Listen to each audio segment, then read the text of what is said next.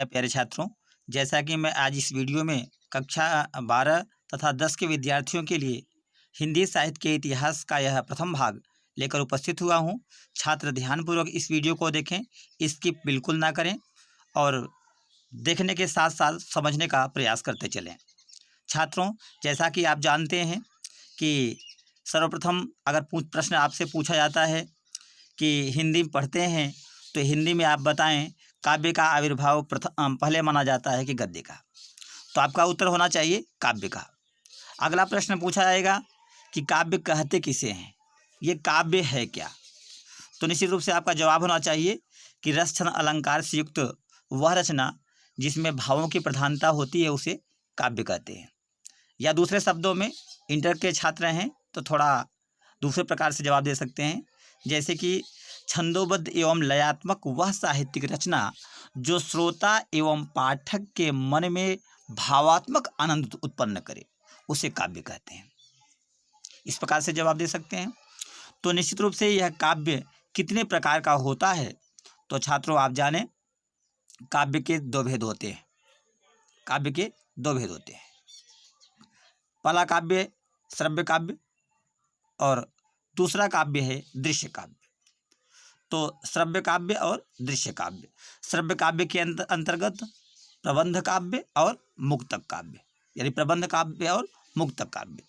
अब प्रबंध काव्य क्या है, तो आप जानते होंगे कि किसी कथा का आश्रय लेकर जब कोई काव्य लिखा जाता है तो उसे कहते हैं प्रबंध काव्य।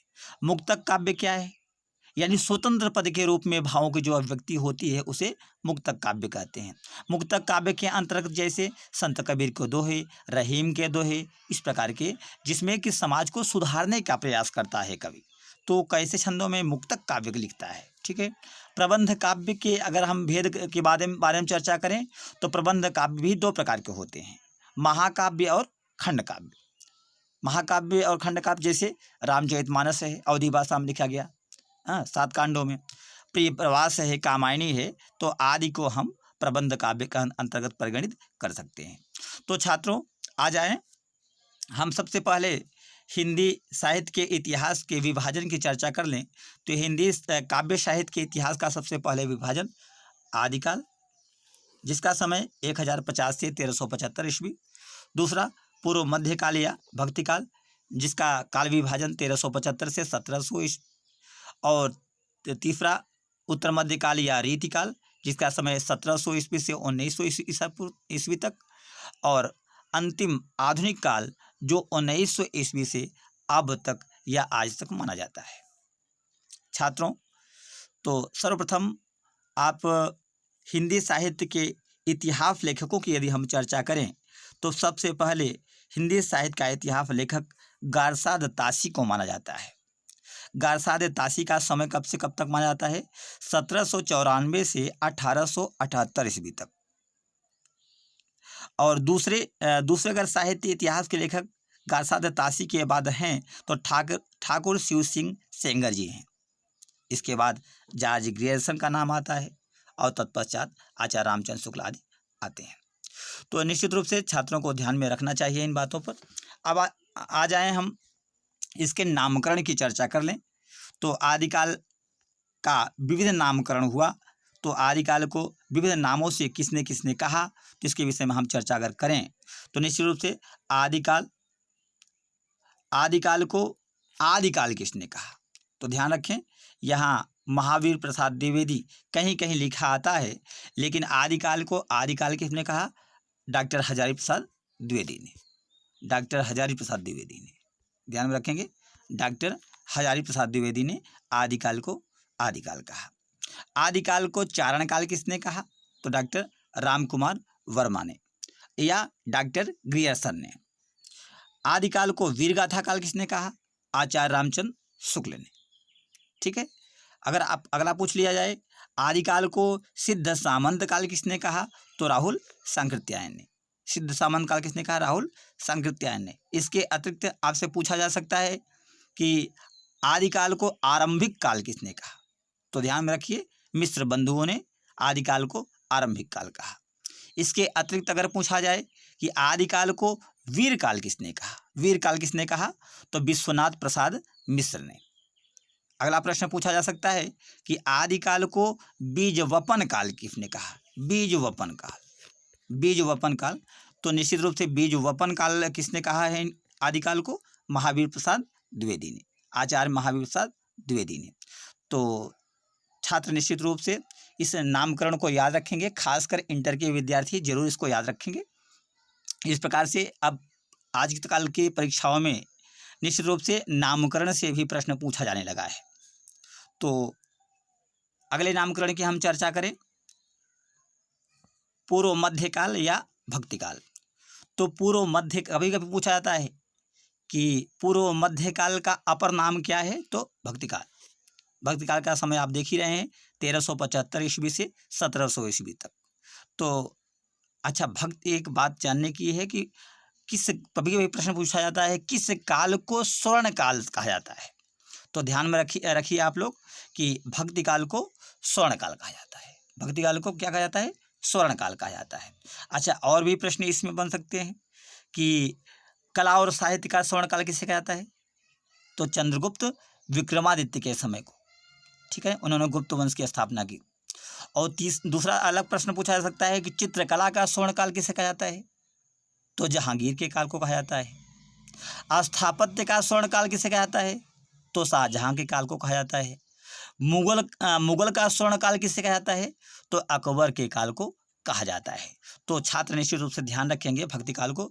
और भक्ति काल का विभाजन हुआ, भक्ति काल का दो विभाजन हुआ, एक निर्गुण भक्ति शाखा और दूसरा सगुण भक्ति शाखा।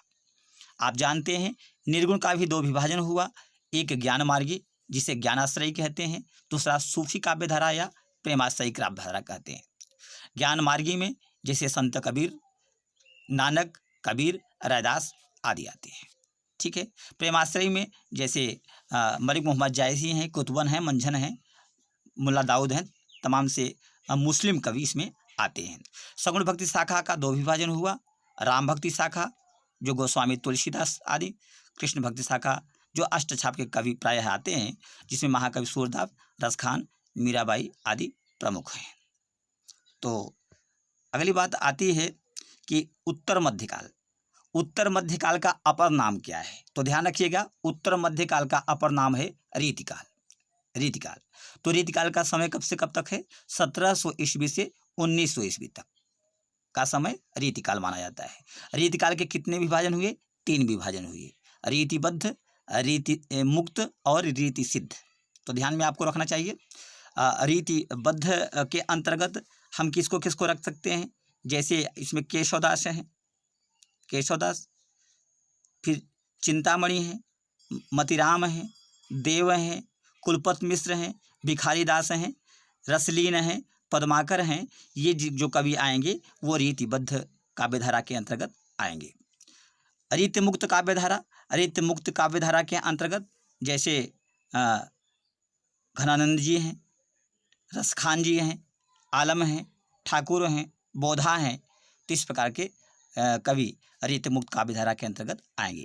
रीति सिद्ध के अंतर्गत, रीति सिद्ध के अंतर्गत जैसे बिहारी लाल जी हैं, सेनापति हैं, रसनिधि हैं, बेनी हैं, नेवाज हैं, इस प्रकार के कवि आएंगे।